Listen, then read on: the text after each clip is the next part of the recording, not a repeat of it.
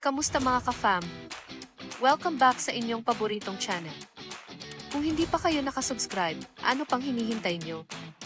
Hit that subscribe button and ring the bell para hindi nyo ma-miss ang latest chika. Mga kachika, may bagong showbiz issue na pinag-uusapan online. Nagkaroon nga ba ng tampuhan sina Vice Ganda at Kim Chiu dahil lang sa isang acceptance speech? Sa Famous Broadcast Arts Awards, personal na tinanggap ni Vice Ganda ang awards ng It's Showtime bilang Best Variety Show at Best Host for Entertainment. Habang nagpapasalamat, isa-isang binanggit ni Mimi Vice ang mga co-host. This award I share with Ann Curtis, Bong Navarro, Jong Hilario, Ami Perez, Ogie Alcacid, Jugs, Teddy, Karel, Jackie, my husband Ayon, MC, Lassie, Sean, Darren, and my baby Ryan Bang. Sino pa ba? Ang mga bago namin kasama, sila Brent Manalo, sila Ralph, ang Showtime Baby Dolls. Maraming salamat po. Pero napansin ng netizens na hindi niya nabanggit ang pangalan ni Kim Chiu. Dahil dito, umalma ang ilang Kim Chiu fans at inakusahan pa si Vice ng favoritism. Strange how someone could forget to mention her name when she's an essential part of the show. One of the main hosts while the newer ones were mentioned. Talak ng isa. So disappointed Vice Ganda. She's one of the reasons why we are watching It's Showtime. Really? Yung mga newly added hosts na mention din sa kalimutan because wala kang prompter? Clearly favoritism as its finest. Saad naman ng isa.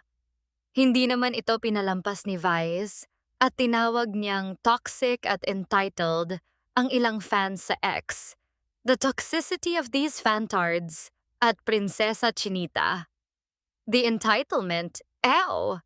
Grabe the kachipin of these fans, look at Prinsesa Chinita. Pero agad ding nagsalita si Kim.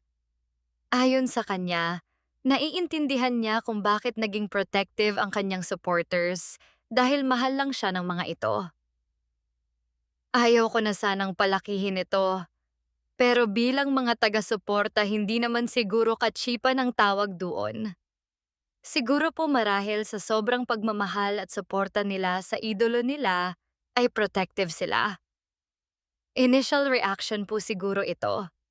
Hindi sa tinolerate ko sila, pero sana hinayaan na natin ito. Kung wala ang mga taong sumusuporta at lubos na nagmamahal sa atin, wala din tatangkilik sa lahat ng ginagawa natin. Saad ni Kim. Nagpaalala rin si Vice sa sarili niyang fans na hindi sapat ang pagmamahal sa isang idol para maging masama sa iba. Sa aking mga little ponies, hindi sapat at katanggap-tanggap na dahilan na mahal niyo ko para maging masama kayo sa iba. Ipinagpapasalamat ko ang suporta niyo, but I will not enable your toxic behavior just because I seek your support. I love you, my mature and thinking little ponies. At para tapusin ang issue, nilinaw niyang hindi sila magkaaway ni Kim at magka-message pa sila habang usap-usapan ang kontrobersya. At sa It's Showtime kinabukasan, personal pang nagpasalamat si Vice kay Kim. Tila patunay na wala talagang tampuhan. Kim Chiu, congratulations to us! Nakalimutan ko banggitin yung pangalan mo kahapon. Pasensya ko na 16 po ko sa inyong host, wala akong prompter, kaya nakalimutan ko na iba. Ayo, ano sa tingin nyo? Simpleng honest mistake lang ba ito? Or dapat mas naging maingat si Vice sa kanyang speech? Comment down below. Huwag kalimutan mag-like, subscribe, and hit the bell for more updates. Kita-kits ulit sa next video, mga ka-fam.